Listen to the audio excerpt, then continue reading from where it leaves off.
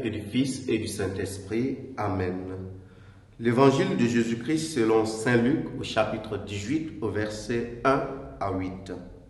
En ce temps-là, Jésus disait à ses disciples une parabole sur la nécessité pour eux de toujours prier sans se décourager. Il y avait dans une ville un juge qui ne craignait pas Dieu et ne respectait pas les hommes. Dans cette même ville, il y avait une veuve qui venait lui demander « Rends-moi justice contre mon adversaire ». Longtemps, il refusa.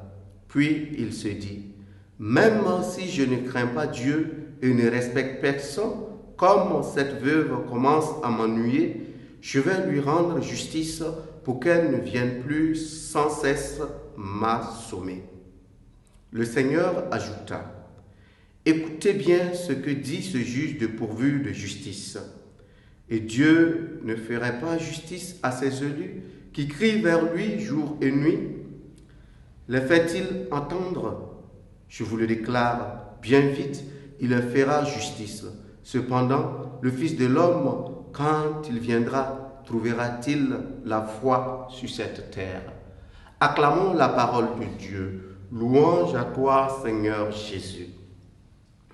Bien-aimés dans le Seigneur, en ce 29e dimanche du temps ordinaire, l'Évangile nous invite à la constance dans la prière. Quand nous écoutons la parabole, nous voyons bien qu'il s'agit de cette recommandation, la persévérance dans la prière.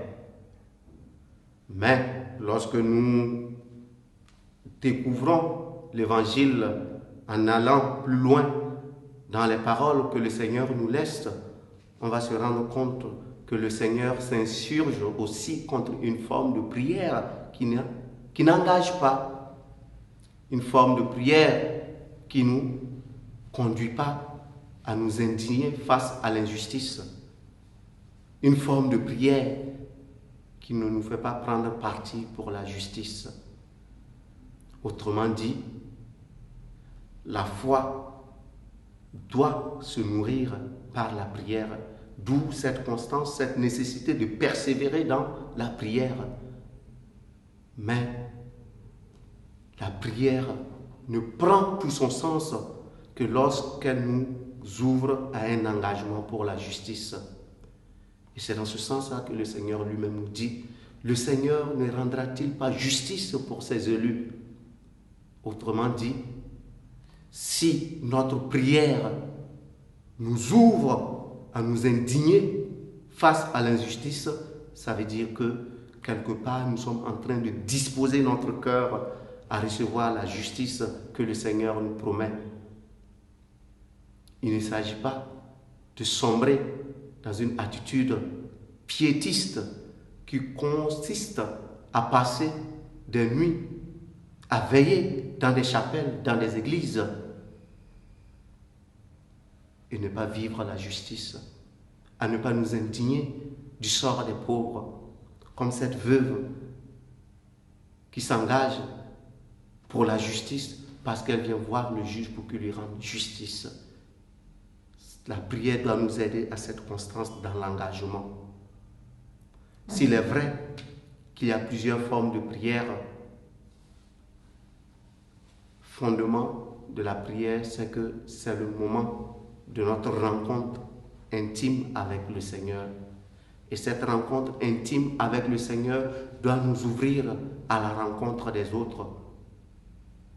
D'où le concept de justice.